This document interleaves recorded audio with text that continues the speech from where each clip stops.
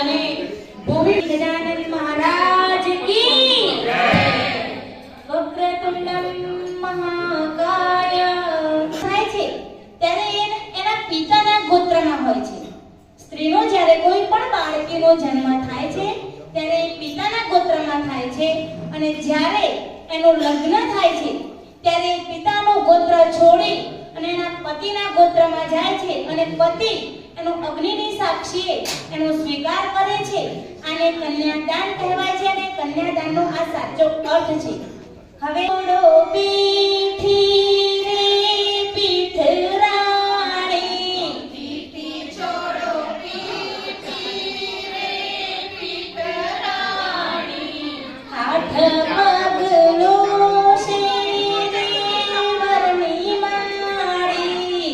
મસ્તી અને આનંદ અલગ જ હોય છે.